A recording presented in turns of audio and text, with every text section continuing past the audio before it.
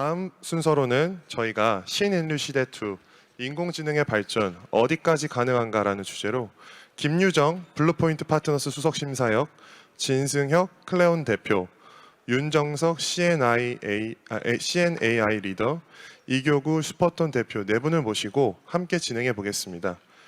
총 네 분의 패널분들 무대 위로 올라올 때 큰 박수 부탁드리겠습니다. 감사합니다.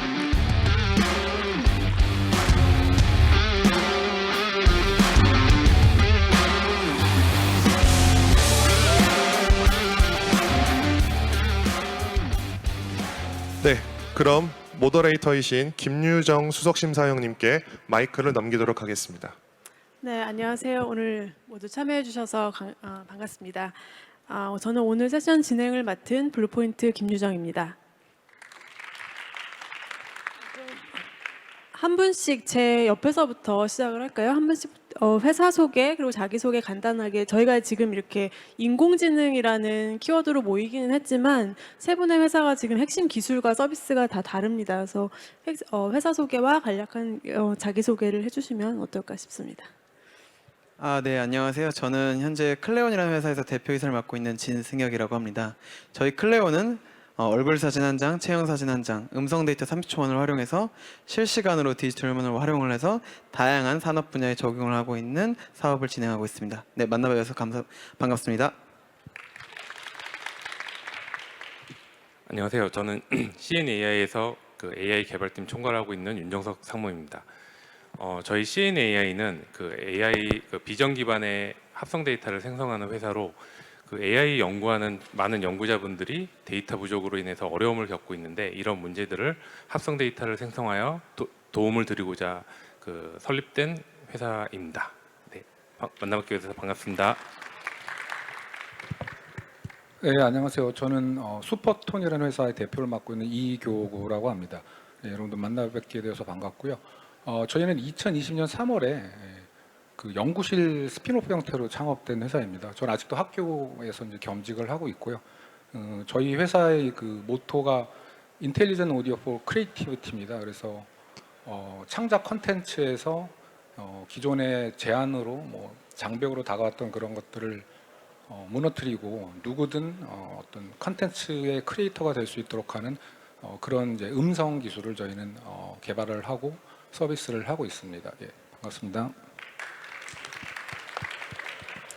네, 인공지능이 이제 일반 대중에게까지 큰 관심을 받게 됐던 거는 아무래도 알파고와 이세돌 바둑 대결이 아니었을까 싶습니다. 그게 벌써 6년 전의 일이더라고요. 2016년도에 있었던 일인데요. 그때 전후만 하더라도 사실은 이제 책도 많이 나왔고요. 기사라든지 그래서 일자리가 많이 사라질 거다, AI를 통해서 인류에 대재앙이 올 수도 있다 등등 굉장히 많은 얘기거리들이 있었던 것 같습니다. 근데 지금 그 이후 이제 최근 5, 6년을 돌아보면 그때 당시에 있었던 전문가들의 예측이라든지 그런 것들이 꼭 맞는 것 같지는 않아요. 그래서 현재 이제 일반 저희 대중들이 실생활 속에서 얼마나 인공지능을 체험하면서 살고 있는지는 조금 의문이 듭니다. 그래서 최근 한 이제 5, 6년 사이에 인공지능 분야의 가장 큰 진척이라면 어떤 것들이 있었고 또 당시에 이제 예측을 했던 것들 중에 가장 이 부분은 좀 빗나갔다, 할 수 있는 것들이 뭐가 있는지 먼저 이교구 대표님 의견을 좀 듣고 싶습니다. 저는 세 번째 조금 마음 놓고 있었다 훅 들어오시네. 글쎄 저도 이제 2010년을 너무 명확히 기억을 하는 게 그때가 아마 저는 이제 알파고 그리고 특히 이제 대국 상대가 우리 이세돌 프로님이었으니까 지금 이제 은퇴하셨지만요. 그래서 이제 한국에서 특히 관심이 많았고 그 이후에 주변에 그냥 마트를 가거나 카페를 가도 인공지능, 딥러닝 그런 얘기들을 많이 하시는 걸 들었던 것 같아요. 제 생각에는 그 이후에 어떤 가장 큰 진척이라고 한다면은 그때쯤에 이제 어떤 겐이라고 하는 이제 인공지능은 그때까지는 뭔가 인간의 감각을 대신한 눈이나 귀나 촉각을 대신한 이런 입력이 들어왔을 때 답을 내놓는 것들이 대부분이긴 했거든요. 물론 이제 바둑은 또 다른 영역이긴 한데, 근데 그 이후로 가장 발전했던 부분은 제 생각에는 이제 생성형 인공지능입니다. 그러니까 제너레이티브 AI라고 하고 제너레이티브 모델이라고 얘기하는데 여러분들 주위에서 아마 많이 보셨을 거예요. 특히 올해 뭐 나온 달리 2라든지 오픈AI에서 나온 아니면 뭐 스테빌리티AI에서 나온 스테이블 디퓨전 이런 알고리즘들은 그냥 프롬프트 키워드 몇 개만으로 정말 실사 같은 아니면은 뭐 말을 타고 있는 이순신 장군 하면은 그걸 굉장히 잘 만들어내거든요.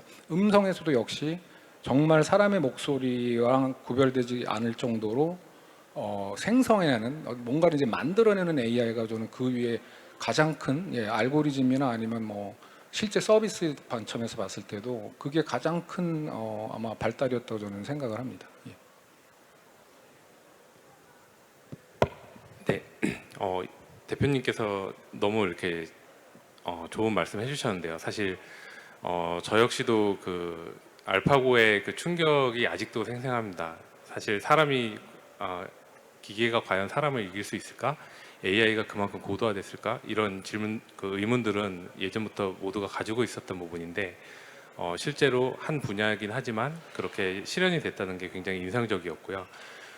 저는 뭐 이렇게 특정 분야, 어떤 분야가 이렇게 특별히 고도화됐다 이 부분에 대해서 앞서 이제 말씀을 해주셨지만 왜 그런 발전이 이루어질 수 있을까에 대해서 좀 생각을 해봤고요. 크게 이제 두 가지 측면으로 볼 수 있을 것 같아요. 첫 번째 측면은 시스템 성능이 굉장히 AI를 처리하기 위한 시스템 성능이 굉장히 고도화되었다. 우리가 일반적으로 그 IT의 어떤 그 시스템의 그 성능의 고도화를 얘기할 때 이제 무어의 법칙에 대해서 얘기를 하는데요. 뭐 많이들 알고 계시겠지만 1.5년마다 반도체 트랜지스터의 어떤 그 수가 2배로 증가한다. 뭐 이런 법칙인데 AI는 사실 그보다 더 빠른 발전을 했다고 보고 있습니다. 실제로 2010년 이전에는 매년 2배씩 그 AI 그 처리에 대한 성능이 증가를 했고요. 10년 이후에는 매년 5배씩 증가를 하고 있습니다. 아까 앞에서 말씀하셨지만 제너레이티브 AI를 하기 위해서 엄청난 데이터 연산이 필요한데 그런 것들을 이제 실현해 주게 하게 되는 근간이 결국은 이런 시스템적인 성능의 어떤 고도화로 인해서 발현된 게 아닌가 생각을 하고 있고 최근에 그 마이크로소프트에서 이제 그 3D로 사람의 어떤 동작을 생성해내는 그런 모델들을 발표를 했는데 그런 경우에는 이제 A100이라는 굉장히 고성능 AI를 처리하기 위한 고성능 GPU가 4,000대씩 활용이 된다고 하더라고요. 이렇게 5배씩 증가를 하게 되면 결국은 우리 PC에서도 언젠가 그런 것들이 실현될 날이 머지 않았을까 생각을 하고 있고 두 번째로는 데이터에 대한 수집이 AI 연구자들한테 정부 주도의 데이터 수집이 큰 영향을 주지 않았는가, AI 발전에 큰 영향을 주었다고 생각을 하고 있고요. 실제로 이제 미국에서는 2000년대 초반,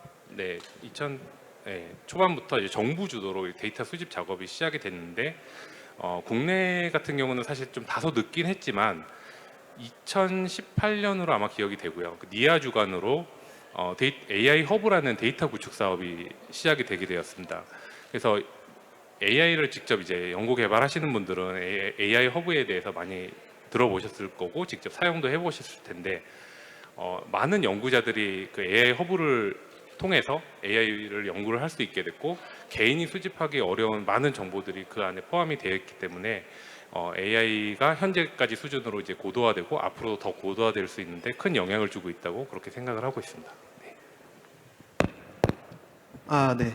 저는 세 가지 측면에서 좀 얘기를 하고 싶은데 실제로 학술적으로 지금 발전되고 있는 방향과 산업적에서 어떤 식으로 많이 쓰이고 있고 그리고 아까 간단히 일자리 관련해서 얘기해 주셔가지고 그래서 일자리부터 얘기를 좀 하자면 저는 그 일자리 얘기가 나올 때마다 항상 느꼈던 게 기계 파괴 운동에 대한 어쩌면 저희가 경험이 있죠. 물론 책으로만 읽었지만 그리고 또 인간이 적응의 동물이라는 게 저는 항상 우리가 간과하면 안 되는 사실인 것 같습니다. 사실 세상은 항상 발전할 거고 새로운 게 너무 많이 나올 거고 근데 그 새로운 게 나올 때마다 또 새로운 일들이 너무 많이 탄생하고 있는 것 같아요. 사실 아까 달리도 얘기하셨고 말씀하셨지만 그러한 수많은 툴들이 나온다 보면은 또 저희가 생각했을 때 기존에 없던 수많은 직업군들이 탄생을 하고 있습니다. 사실 일자리가 없어질 거라는 생각은 전 전혀 안 하고 있고 오히려 더 정말 다양하고 창조적인 일자리들이 많이 생겨날 것이라고 생각을 하고 있습니다. 학술적으로는 아까 너무 잘 말씀해 주셨지만 간이 정말 많이 발전했죠. 저희 클레온도 메인 기술이 간입니다. 결국은 얼굴을 생성하고 비디오를 생성하고 음성을 생성하는데 그걸 어떻게 하면 리얼타임으로 녹일 수 있을까에 대한 고민을 많이 하고 있는데, 그래서 학술적으로는 이제 이걸 정말 적은 데이터로도 퀄리티가 높은 아웃풋을 어떻게 만들까에 대해 많은 학계가 집중을 하고 있는 것이라고 이해를 하고 있습니다. 근데 산업 쪽은 오히려 조금 다른 것 같아요. 오히려 생성 쪽은 이제 막 정말 연구가 활발하고 뭔가 와 신기하다 이런 게 나오고 있는데, 산업적으로 한 5년간 어떤 게 많이 발전됐냐 보면은 결국은 인식 분야인 것 같습니다. 뭐 저희가 흔히 알고 있는 자율주행의 인식부터 시작해서 뭐 저희가 출입국 갈 때 요즘은 진짜 정말 편해졌잖아요. 전자인증이라고 해가지고 얼굴 인식도 다 되어 있고. 근데 이게 조금만 그럼 더 생각해 보면은 결국 다음 5년은 어떠한 산업적인 부분에서 어떤 게 발전할까를 보면은 지금 학술적으로 제일 대두되고 있는 생성 분야가 결국은 산업화까지 잘 이루어지지 않을까라고 생각을 하고 있습니다. 네, 세 분 답변 감사합니다. 지금 이제 말씀 주신 것처럼 이제 알파고 당시에 이제 그 정도의 흥분은 뭐 이제 가라앉은 것 같지만 그래도 여전히 이제 AI 분야는 지속적으로 발전하고 있는 것 같습니다. 그러니까 세 분 같이 이제 이런 우리 스타트업들이 정말 막 거기서 많은 역할을 하고 계시는 것 같은데요. 이제 먼저 클레온의 얘기를 들어보고 싶습니다. 그래서 디지털 휴먼 분야는 현재 어느 수준까지 왔고 어떤 영역에서 주로 쓰이고 있는지 궁금합니다. 네. 디지털 휴먼이 크게 보면 뇌랑 CX가 있는 것 같아요. 뭐 UX라고도 할 수 있고, 즉 뇌라 하면은 이 사람이 이제 어떻게 대화형 모델을 구축하는지, 그리고 UX라면 이 사람이 어떠한 외형과 어떠한 커뮤니케이션 방식과 어떻게 이제 우리가 의사소통을 하는지, 이런 부분에서 좀 많은 발전이 있는데요. 저희 같은 경우는 이제 다양한 솔루션들을 갖고 있지만 그 중에서도 가장 대두되는 게 이제 예를 들면 여러분들의 얼굴 사진 한 장과 체형 사진 한 장만 있으면 여러분들의 디지털 휴먼을 바로바로 만들 수 있어요. 그리고 여러분들의 목소리 30초만 있다면은, 사실 저는 한국어는 잘하지만 뭐 중국어나 일본어 못하거든요. 그러나 저희 기술로 한국어뿐 아니라 중국어, 일본어, 스페인어 등을 만들 수 있습니다. 그 말은 즉슨 이제 제가 스페인 사람과도 소통할 수 있는 시대가 곧 오는 거죠. 제가 스페인어를 못한다고 함에도 불구하고. 그래서 그런 식으로 디지털 휴먼은 점점 이제 내가 어떠한 사람과 쉽고 빠르게 대화할 수 있고 소통을 할 수 있는 채널로 점점 옮겨나가고 있는 것 같아요. 그래서 향후에는 이제 사물에 대해서도 이제 예를 들면 경복궁이라는 것을 의인화해서 디지털 경복궁을 만들면 그 디지털 경복궁은 경복궁에 대해서 누구보다 잘 설명해 줄 수 있고, 내가 경복궁에 대해 궁금했을 때 물어봤을 때 바로바로 답변해 줄 수 있는 디지털 휴먼이 될 수 있겠죠. 심지어 그 원본 데이터가 한국어가 아니라 중국어, 뭐 스페인어라고 하더라도 그 스페인어에 대해서 우리가 요즘은 또 이제 NLP 모델이 워낙 많이 발전을 하고 있으니까 번역이 되고, 그 번역이 된 것이 음성으로까지 합습이 되면서 내가 스페인어로 말했을 때, 내가 한국어로 말했을 때 그 친구는 스페인어로 알아들어서 그 친구가 스페인어로 말을 하더라도 나한테는 한국어로 전달되는 그러한 방식까지 발전이 됐다라고 이해하면 좋을 것 같습니다. 지금 간단히 이제 말씀해 주시기는 하셨는데 우리 그 클라우드에서는 그 영상 자동 더빙 솔루션 클링이라고 제가 들었는데요. 서비스를 출시하실 예정이라고 알고 있습니다. 그래서 음성에 맞는 이제 입모양을 만들고 더구나 이제 동일한 인물이 여러 다국어를 구사할 수 있는 그 입모양을 구현한다든지 그런 것들이 어떻게 가능한지 간략히 좀 설명해 주시면 어떨까요? 이게 알고리즘을 설명하자면 한도 끝도 없는 것 같아서 차라리 현재 지금 진행되고 있는 사업 관련해서 몇 가지 좀 공유를 드릴게요. 저희 같은 경우는 이제 뭐 한 수천 시간짜리 더빙 사업을 좀 하고 있는데요. 그게 어떠한 더빙이냐면 교육 쪽에 많이 쓰이고 있어요. 예를 들면 저 같은 경우는 코세라를 정말 많이 듣습니다. 코세라를 듣다 보면 뭐 영어뿐 아니라 중국어나 이 다양한 콘텐츠가 있는데 자막을 저희가 꼭 보잖아요. 자막을 보다 보면 또 영상에 집중이 안 돼요. 그래서 저희가 지금 하고 있는 것은 그러한 수많은 교육 영상을 자막 대신 바로 더빙으로 만들어서 내가 제 영상에 fully 어찌면 집중할 수 있는 그러한 부분들을 계속 만들어 나가고 있고, 그걸 조금 더 명확하게 설명드리자면 우리나라에 대학이 많죠. 그 대학에 있는 교육 영상들을 유학생들이 쉽고 빠르게 이해할 수 있도록 영어나 중국어나 스페인어로 만드는 작업들을 진행하고 있습니다. 그리고 이거는 이미 산업화가 되고 있는 거고, POC 과정을 한 가지만 좀 공유하자면은 아마 웨이브라는 플랫폼 아실 것 같아요. SKT에서 활용하고 있는 웨이브 플랫폼. 웨이브 플랫폼에는 수많은 이제 비디오 콘텐츠들이 있죠. 비디오 콘텐츠가 이제 어쩌면 거의 다 한국어로 되어 있지만 이제 이러한 콘텐츠를 해외로 수출한다, 또 혹은 해외에 있는 콘텐츠를 저희 한국으로 수출한다고 했을 때 더빙이 되는 부분이 상당히 중요합니다. 사실 저희 나라 사람들은 자막 너무 익숙한데 외국 사람들은 더빙 아니면 안 보는 사람들이 정말 많아요. 그래서 우리나라 컨텐츠가 아무리 재밌다고 하더라도 한국어? 난 몰라, 안 봐, 이런 분들이 많거든요. 그래서 그런 분들을 위해서 저희가 좀 그러한 작업들을 진행하고 있습니다. 네, 슈퍼톤으로 좀 넘어가 보려고 하는데요. 여기 청중분들 중에도 아마 보신 분들 계실 것 같습니다. 그 어느 예능 방송에서 이제 지금은 고인이 되신 가수분이 그 사후에 발매된 노래를 똑같은 목소리로 부르는 뭐 이런 영상이 공개됐던 적도 있고요. 뭐 또 이제 어떤 이제 가수분이 그러니까 그 AI로 구현한 목소리를 다른 가수분들이 구분해내지 못하는 뭐 이런 것들이 보여지기도 했었는데요. 이렇게 실제 인물의 목소리와 똑같은 소리를 낼 수 있는 이런 인공지능, 이런 기술을 개발하게 된 뭐 계기라고 해야 될까요? 그리고 또 어떻게 사업화를 하고 스케일업 할 수 있을지 그런 부분에 대해서 좀 소견을 듣고 싶습니다.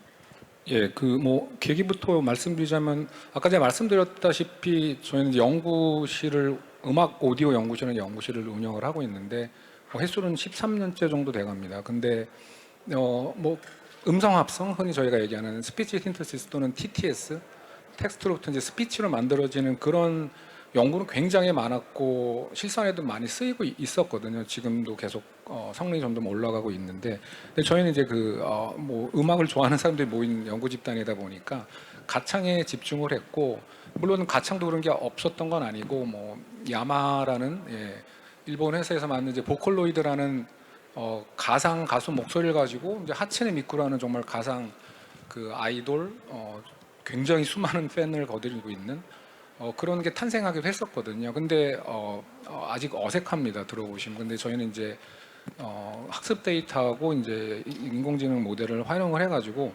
굉장히 이제 실사랑 구별하기 어려울 정도의 퀄리티를 달성을 했고 이것이 이제 국제적으로 뭐 경쟁력이 있겠다라고 생각을 해서 이제 그걸로 이제 시작을 하게 된 건 맞습니다. 그리고 슈퍼톤이 방금 말씀하신 것처럼 그 이미 이제 고인이 되신 분들의 목소리를 굉장히 그 생동감 있게 이제 재생을 해서 여러 차례 이제 방송에 소개가 되었었는데, 근데 저희는 뭐 그 음악뿐이 아니라 음성이 들어가는 모든 프로페셔널 콘텐츠, 사람들이 실제로 비용을 지불하면서 기꺼이 소비하는 영화, 뭐 애니메이션, 게임, 뭐 드라마 모든 것에 다시 음성 콘텐츠가 들어가잖아요. 그거는 이제 단순히 뉴스를 전달하는 아니면 내비게이션처럼 뭐 정보를 팩트를 전달해주는 목소리 가지고는 안 되거든요. 진짜 그 오랜 훈련 기간을 통해서 나온 그 배우들의 또는 이제 성우분들의 연기가 들어가야 되는데 그런 부분에서는 아직은 세계적으로도 그런 기술을 갖고 있는 사람은 몇 안 됩니다. 근데 저희는 그쪽 영역에 집중을 하고 있고요. 저희 기술을 사용을 해서 아까 말씀드린 영화, 애니메이션, 음악 이런 콘텐츠들이 생산되는 과정이 몇 가지 스텝이 있거든요. 공통적으로 공유하는 뭐 기획 단계부터 있을 거고요. 어떤 감독이나 작가분들이 어떤 상상력을 가지고 뭐를 할까? 그다음에 실제 제작 단계가 있고, 그다음에 포스트 프로덕션 후 처리 과정도 굉장히 길고, 그다음에 이제 디스트리뷰션이 있겠죠. 전 세계에 공급하는데 그 모든 그런 프로덕션 체인에서 저희 기술이 굉장히 널리 활용될 수가 있습니다. 뭐 시간을 줄여주거나 아니면 작가분들이나 감독이 예전엔 상상만 했던 것들을 가능하게 해주는 거죠. 뭐 예를 들어서 지금 비주얼 이펙트라고 하는 이제 VFX를 가지고 사람이 우주에서 날아다니기도 하고 뭐 공룡이 우리 눈앞에 나타 이런 게 너무나 지금 당연하게 됐는데 아직 음성 부분에 대해서는 상상의 벽을 못 깨고 있는데 저희 기술을 사용하면은 그런 것을 충분히 깨드릴 수가 있습니다. 뭐 한 가지 예만 들어보자면 이제 다음 달에 이제 개봉이 되는 시리즈인데요. 한 배우가 지금은 나이가 꽤 드신 60대 배우신데 30대 역할도 하시면서 왔다 갔다 하는 그런 게 나오는데 딥페이크로 얼굴을 이제 디에이징을 한다고 그러잖아요. 그런 게 이제 많이 쓰고 있거든요. 아이리시맨 같은 영화에서도 쓰였었고요. 근데 목소리는 그대로거든요. 저희는 목소리를 그 사람의 목소리가 뭐 몇십 초만 있으면 그분의 목소리를 뭐 5세부터 80세까지 자유롭게 만들 수가 있습니다. 성별 전화도 되고요. 허스키하게 만들 수도 있고 비음을 넣거나 뺄 수도 있고 그러니까 굉장히 상상력을 갖고 오면 그걸 그대로 리얼라이즈를 할 수 있는 그런 기술을 가지고 있고 이쪽 시장은 저는 아직 굉장히 계속 커질 거라고 저는 생각을 합니다. 네. 네, 세 분 답변 감사합니다. 올해 그 MIT 텍 리뷰에서 2022년 10대 기술 중에 하나로 합성 데이터 기술을 뽑았다고 합니다. 근데 그 합성 데이터 기술이 뭔지 일단 되게 궁금한데요. CNAI 대표 리더분께서 아마 답변 주실 수 있을 것 같습니다. 그래서 인공지능의 성장과 발전을 위해서 뭐 반드시 필요한 기술이겠지만 저희는 사실 잘 몰라서 간단하게 설명해 주시면 어떨까요? 네. 일단 합성 데이터에 대해서 먼저 설명을 드려야 될 것 같습니다. 사실 뒤에 말씀드리긴 하겠지만 이제 아직은 우리나라는 합성 데이터에 대해서 시장이 열리지 않고 이제 막 출발하는 단계라서 글로벌한 상황이랑 많이 좀 차이가 있고요. 합성 데이터라는 건 뭐 우선 간단하게 정리를 해서 말씀드리자면 실세계에 있는 리얼 데이터를 그 리얼 데이터가 가지고 있는 특성을 합성하여서 가상의 어떤 실제 이미지의 어떤 특징들을 만들어내는 이런 것들을 이제 합성 데이터라고 말할 수 있고요. 그러면은 합성 데이터가 왜 필요한가? 몇 가지 좀 이유를 말씀드릴 수 있겠습니다. 우선 첫 번째로 이제 개인 정보에 대한 이슈가 있거든요. 예를 들어서 우리가 의료 쪽에 예를 들어서 내시경을 했다. 그럼 나의 내시경 정보를 가지고 이게 누가 학습을 하겠다 그러면 동의할 사람이 많지 않겠죠. 하지만 합성 데이터를 통해서 개인의 프로파일을 다 삭제를 하고 누군지 식별할 수 없게 만들어 가지고 이제 학습 데이터로 활용을 할 수 있는 방법도 있고요. 그리고 두 번째로는 데이터 자체가 부족한 경우도 상당히 많습니다. 뭐 하나 예를 들어보자면 이제 국방 같은 경우에 철책선을 넘어서 침투를 하거나 아니면은 암벽을 타고 침투하는 이런 데이터들은 굉장히 만들기도 위험하고 비용도 많이 들기 때문에 사실 그런 데이터는 AI 허브를 통해서도 확보하기가 굉장히 어렵거든요. 자, 이런 데이터들을 합성을 통해서 만들 수 있고요. 또 한 가지는 데이터의 불균형입니다. 아까 뭐 의료 쪽 잠깐 말씀을 드렸지만 저희가 이제 의료 쪽에 합성 데이터를 많이 만들고 있어서 좀 사례들을 많이 연관해서 말씀을 드리는데요. 이제 암을 탐지하기 위한 내시경 카메라에 들어가는 AI 모델 같은 경우에는 정상적인 내시경 이미지는 상당히 많습니다. 반면에 암에 대한 그 특징을 가지고 있는 내시경 데이터는 굉장히 한정적이거든요. 그럼 결국은 암을 탐지하는 모델을 만들어야 되는데 암 자체에 대한 정보가 없다 보니까 저희가 이미지 인페인팅 같은 기술을 도입을 해서 정상적인 이미지에 암을 붙이거나 아니면 암이 있는 이미지에 정상적인 그 데이터로 만드는 이런 합성 과정을 통해서 데이터의 분포를 균등하게 만들기도 하고요. 또 하나는 또 마지막으로 이제 비용의 문제입니다. 뭐 예를 들어서 우리가 뭐 테슬라에서 그런 합성 데이터 영상 사례를 발표한 적이 있는데 실제로 보시면 그 테슬라에서 발표한 영상은 도로 한가운데 자동차가 다니는 도로 한가운데를 사람들이 뛰어다니는 그런 영상을 합성을 해서 그 학습을 시키고 있다고 이렇게 발표를 했습니다. 실제로 뭐 배우가 그렇게 촬영을 할 수도 있겠지만 굉장히 많은 비용이 들게 되죠. 사실 그렇게 되면 그 AI 학습을 위해서 데이터가 뭐 일반적으로 논문에서 이제 발표하는 그 양을 보면 데이터가 20만 장, AI 모델 하나를 개발하기 위해서 데이터가 20만 장이 필요하고 그 모델 개발비의 80%가 데이터 수집에 소요가 된다고 하더라고요. 이런 비용 효율적인 측면에서 결국 합성 데이터가 유용하게 활용이 될 수 있을 것 같고요. 그렇다면 이제 국내와 그 해외의 그 합성 데이터 시장은 어떻게 차이가 있는가? 앞서서 제가 이제 장황하게 이렇게 합성 데이터를 설명을 드렸잖아요. 하지만 저희가 이제 그 해외 그 컨퍼런스 같은 데 참여를 해서 저희가 이제 합성 데이터를 하는 회사라고 이제 소개를 하면 합성 데이터에 대해서 설명을 드리지 않아도 될 정도로 이미 많이 합성 데이터를 실제로 활용을 하고 계시고 합성 데이터에 대한 충분한 이해가 있는 정도의 지금 시각 차이가 있는 상황이라고 보시면 될 것 같습니다. 그래서 뭐 저희가 이제 판단하기로 진짜 합성 데이터를 주업으로 하는 우리나라의 어떤 스타트업 기업들은 현재 뭐 한 4개, 5개 이 정도 저희가 이제 그 저희 어떤 경쟁 회사로 보고 있고요. 반면에 글로벌 기업 같은 경우에는 저희가 벤치마크 해야 될 굉장히 뛰어난 합성 데이터 회사들만 해도 이미 100여 개가 넘는 걸로 저희가 좀 조사를 하고 있습니다. 그만큼 기술력의 격차가 좀 나고 있는 상황이고 사실 이런 기술력의 격차가 결국은 어디서부터 오게 되느냐? 이 실제로 합성 데이터가 활용이 되고 그 비용이 다시 기업으로 들어가서 기업은 좋은 연구자들을 구할 수 있게 되고 그로 인해서 다시 더 고도화된 모델이 생성이 되는 이런 체인이 이루어지고 있는 것으로 볼 수 있고요.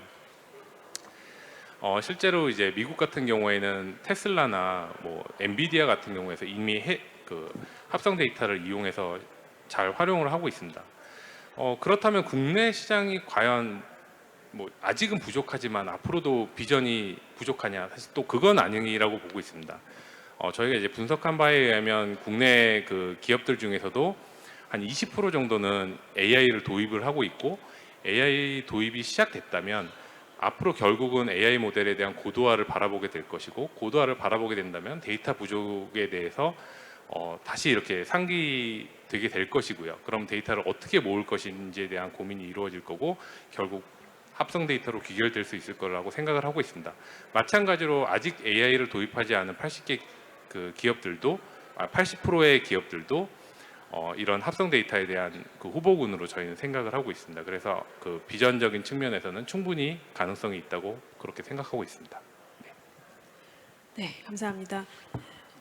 아까 저희가 일자리 관련해서 잠깐 언급을 하긴 했습니다. 진승현 대표님께서도 말씀을 주시긴 했는데요. 그 이제 뭐 보면은 미래 세대 교육을 어떻게 해야 되냐 뭐 이런 거에 대해서 고민을 많이 가질 수밖에 없는 것 같습니다. 근데 뭐 최근에 보면은 이제 글쓰기 뭐 이런 창작의 영역도 얼마든지 대체가 가능하다. 뭐 그래서 실제로 이제 뭐 AI가 쓴 글이다라고 해서 이제 기사가 사람이 쓴 것이 아닌 것이 릴리즈되는 걸 볼 수도 있고요. 그래서 실제로 우리가 생각한 것보다 훨씬 적용 분야가 넓다라는 생각이 드는데 세 분이 보시기에는 이제 우리가 일상생활에서 가장 먼저 체험하게 될 어떤 이제 일자리라고 너무 국한짓기는 조금 어렵지만 사람을 충분히 대체할 수 있다 혹은 더 나은 퀄리티를 만들어낼 수 있다 하는 것들이 대표적으로 어떤 게 있을지 좀 궁금합니다. 진승현 대표님 의견 먼저 듣고 싶은데요.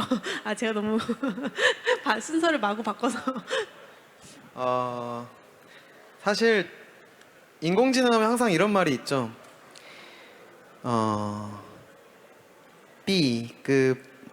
이런 말 좀 그렇긴 한데 레벨링이 있다고 하면 어쨌든 그런 퍼포먼스에서 S부터 A를 인공지능이 대체하기는 어렵습니다. 그러나 B까지는 충분히 모든 분야에서 인공지능이 대체할 수 있다라고 말씀을 드릴 수 있어요.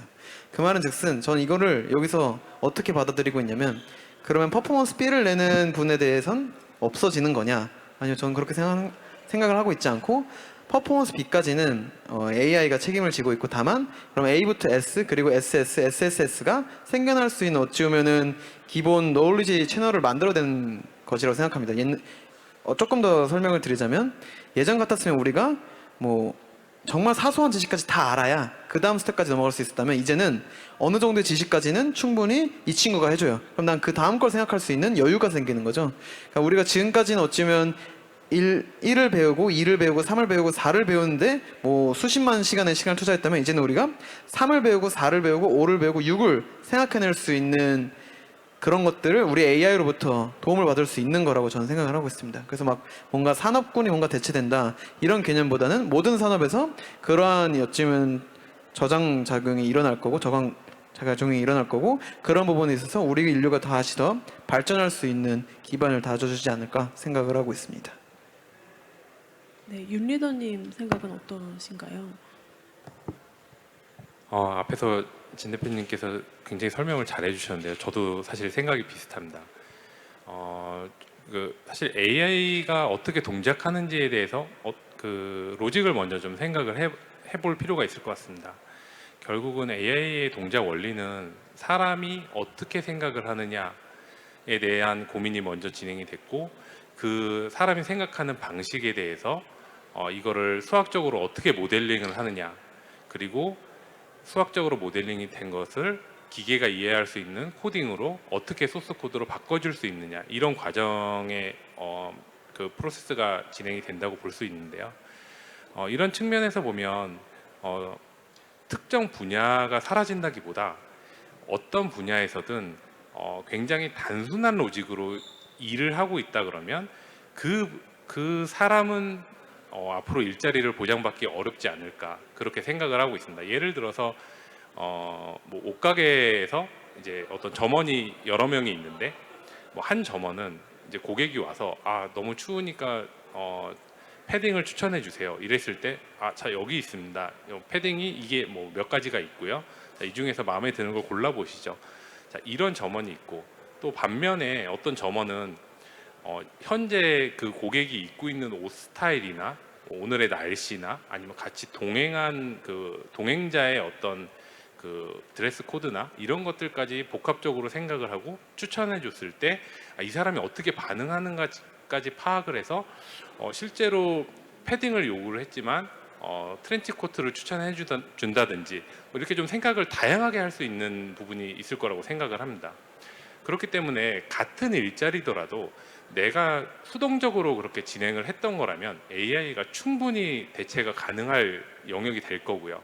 반면에 이렇게 복합적인 사고를 통해서 문제를 해결해 나가고자 하는 의지가 있는 그 담당자라면 같은 일자리에서도 앞으로 지속적으로 살아나갈 수 있는 그런 기회가 될 수 있을 거라고 생각을 합니다. 네. 제가 그 이교구 대표님한테는 좀 다른 질문을 드리고 싶은데요. 이제 아무리 기술이 발전하고 데이터가 쌓여도 이제 인공지능이 해결할 수 없는 분야 뭐 이런 말씀을 앞에 이제 윤 리더님이 주셔서 이 부분도 이제 많이 학생분들한테도 참고가 될 것 같아요. 특히나 이제 앞으로 일자리를 구해야 하는 분들이나 근데 교수님이시기도 하셔서 좀 이제 특화된 질문을 드리고 싶은데요. 지금 이제 저희도 이제 회사에서 이제 저는 이제 투자를 하다 보니까 저희 인턴들이 저희 투자사에서 많이 이제 일을 하고 또 이제 주로 이제 아무래도 이공계 학생들이 많이 옵니다. 근데 저희 회사에서 이제 많은 스타트업들을 만나고 하다 보면 학생들이 이제 질문하는 것들 중에 공통된 질문이 있는데 인문계 학생들의 경우에 특히 이제 이 질문을 많이 하세요. 뭐 그러면 이제 우리는 진로를 바꿔야 되냐, 뭐 코딩을 배워야 되냐, 뭐 데이터 사이언티스트가 되어야 되냐, 뭐 근데 그다음 그 분야에 그렇게 뭐 재능이 없는 것 같다. 뭐 이런 고민을 하는 분들도 많고. 그래서 그 이제 세 분이 그러니까 대표님께서 보실 때 취업을 앞두고 있는 이런 학생들이나 이제 다음 세대 청소년들이 어떤 분야에 대한 기술과 지식을 익히는 것이 필요한지 그리고 또 혹은 뭐 이런 인문학적 지식이나 뭐 이런 것들이 좀 더 발휘될 수 있는 부분들이 더 있을지 그런 것들에 대해서 좀 듣고 싶습니다. 예, 굉장히 어려운 질문이죠. 사실 그 예측하기도 되게 어렵긴 한데 일단 그러니까 인공지능이란 기술은 사실 뭐 저희가 여태까지 뭐 인류 역사상 겪어왔던 여러 이제 신기술 같은 게 나왔을 때 굉장히 이제 여러 가지 변화가 있었고 그때마다 어떤 그 어떻게 이 젊은 사람들을 훈련시켜서 이 사회에서 이제 그 구성원 역할을 할 수 있게 하느냐 그런 게 모든 그런 터닝 포인트는 저는 있었다고 생각을 합니다. 근데 인공지능이 그거보다 더 큰 임팩트로 이것을 줄 건지는 좀 더 저는 지켜봐야 될 것 같다고 생각을 하고요.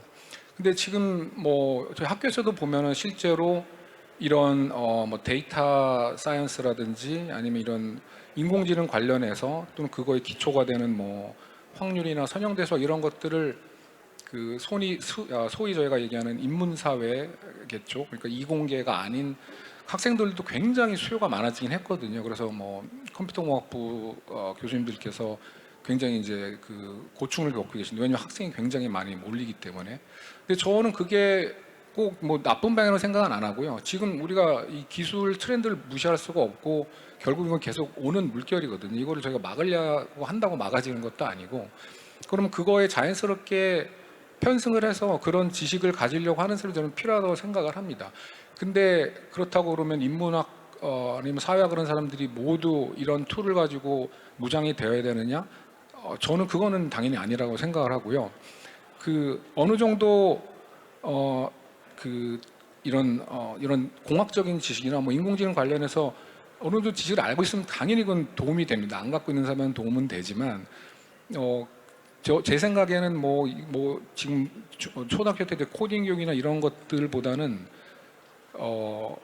저는 뭐 미국에서 이제 유학 생활에서 좀 많이 제가 겪어본 경험으로 보면은 그게 저는 되게 중요하다고 생각은 안 하거든요. 이 교육 전반적인 체계까지 다 이제 사실은 그럼 톤을 봐야 되는 건데 거긴 너무 지금 너무 멀리 나간 얘기니까. 그러니까 저는 그 뭐 우리 흔히 얘기하는 정말 너무너무 상투적이 된 뭐 스티브 잡스부터 해서 조나단 아이브 같은 사람들이 과연 막 엄청나게 그런 뭐 공학적 지식을 가지고 그 정도 자리까지 올랐냐, 그거는 아니라고 보거든요. 더 이렇게 될수록 이게 뭐냐면 기계나 이런 알고리즘들이 우리가 할 수 있는 여러 가지 이제 단순한 작업들, 입력이 주어지고 출력이 똑같은 부분에서는 저는 당연히 사람을 다 뛰어넘을 거라고 봐요. 그런 작업들에 대해서는. 근데 그런 걸 우리가 이제 할 필요가 없으면 사람의 남는 어떤 잉여 시간은 오히려 그 외의 것들, 뭐 그게 뭐가 될지는 잘 모르겠습니다. 정말 뭐 그 사람을 잘 관찰하는 것부터 해서 뭐 종교적인 거 아니면은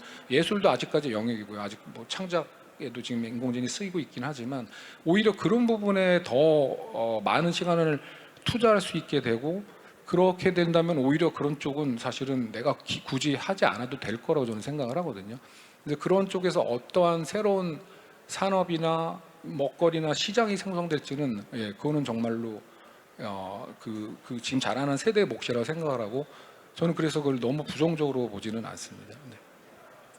네, 오늘 마지막 질문이 될 것 같은데요. 그 세 분 다 이제 우리 새 회사가 지금 아직은 좀 초기에 가까운 것 같아요. 지금 많이 올라온 팀도 있고 조금씩 라운드가 다른 건 알고 있지만, 그래서 우리가 지금 뭐 인공지능 기술을 기반으로 이제 한국을 넘어서 글로벌로 진출을 하는 것을 아마도 생각을 하고 계시지 않나 싶습니다. 제가 알기로는 이제 클레온도 이미 미국 회사로 플립을 하신 상태이기도 하고, 그래서 글로벌 진출에 있어서 이제 우리 한국에 기반을 두고 시작한 인공지능 스타트업들의 가장 어려운 점이 뭐가 있을지, 예를 들면 뭐 인력 채용이라든지 뭐 데이터 관련한 정책이라든지 어떤 뭐 규제라든지 그런 것들이 뭐가 있을지, 그래서 또 어떤 부분에서 정부 차원의 도움이 있으면 좋겠다. 물론 말씀하기 굉장히 조심스러울 수 있습니다. 근데 어떤 지원이 있으면 좋겠다고 생각을 하시는지 그런 부분을 간단하게 말씀 주시면서 오늘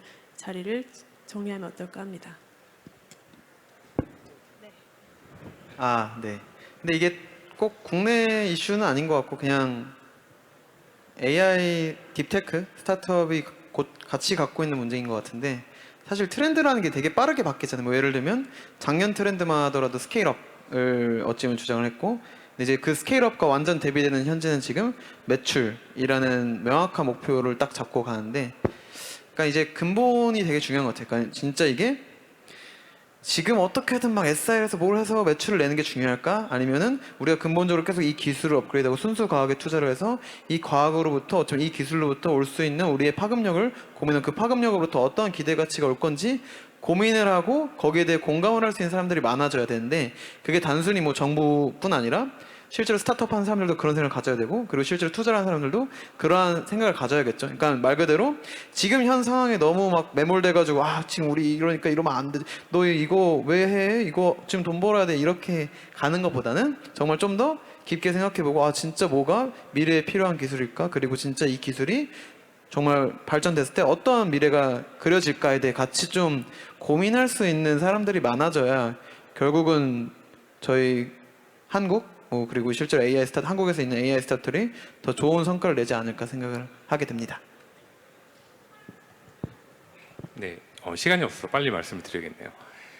저희 같은 경우는 저희도 이제 해외 투자를 시작하기 위해서 좀 검토를 하고 있는 단계인데, 실제로 한국투자공사 쪽에 그 지원 사업을 통해서 저희도 이제 진행을 시작을 하고 있는데, 사실 저희가 이제 진행하면서 느낀 거는 이렇게 어떻게 보면 저희의 어떤 그 해외 투자 지원 사업들이 굉장히 이제 단기적으로 좀 운영이 되다 보니까 저희가 좀 중장기적 전략을 세우는 데 있어서 좀 어려움이 많이 있습니다.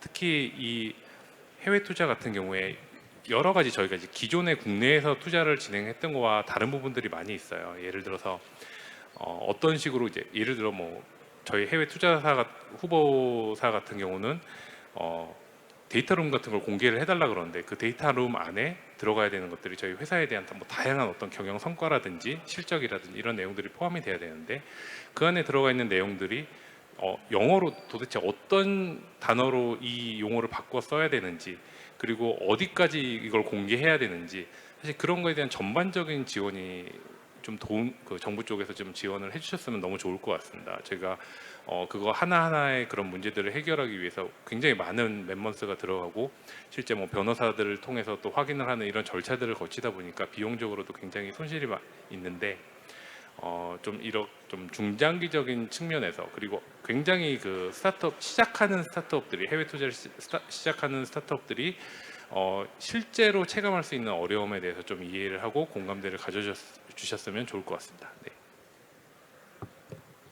예, 저는 이렇게 말씀드리면 좀 뭐 재수없다고 그럴 수도 있겠지만, 저희는 뭐 운이 좋은 것도 있고 굉장히 높은 인재 밀도를 가지고 창업을 해서 사실은 짧은 시간이지만 굉장히 지금 빠르게 성장을 하고 있고, 그러니까 뭐 글로벌 진출이라는 건 당연히 좀 시작부터 글로벌 진출을 목표라고 시작했고 지금도 이제 하고 있기 때문에, 거기서 이제 정부가 특별히 도움을 줘야 더 필요한 게 있을까라고 저도 고민을 많이 해봤는데, 굉장히 프로그램이 많거든요. 좋은 프로그램이. 일단 뭐 AI 허브 같은 걸로도 저희가 데이터 정말 적극적으로 굉장히 무료로 잘 활용하고 있고, 여러 가지 뭐 정부 지원 사업들도 저희도 계속 하고 있고, 그다음에 뭐 그러니까 저희 회사가 아니라 다른 데를 본다면 이제 뭐 데모데이나 아니면 지금 투자 시장이 굉장히 특히 이제 AI 쪽도 어렵긴 했지만, 아직도 정부 주도의 또는 기관에서 하는 그런 펀드는 굉장히 많이 있거든요. 매일매일 정말 데모데이나 이런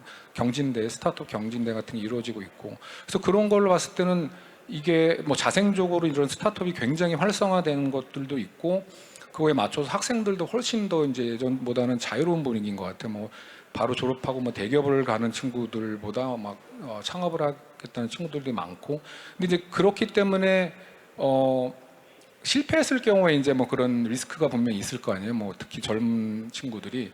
근데 심지어 그거를 또 도와주는 그런 또 정부 제도도 있단 말이죠. 뭐 제2의 제2의 찬스 뭐 이런 것도 있는데, 어쨌거나 그런 사람들이 많아진다면 결국은 뭐 이게 저희가 뭐 파일을 키워가지고 같이 하는 것도 있긴 하지만, 결국은 뭐 많아질수록 당연히 실패하는 그런 젊은 창업가들도 많이 나올 텐데, 그런 분들을 위한 어떤 세이프넷 같은 것들을 뭐 정부가 됐던 뭐 이 투자 쪽이 됐건 뭐 그런 좀 체계적인 그런 지원 방안 같은 것들이 조금 더 활성화가 돼서, 정말로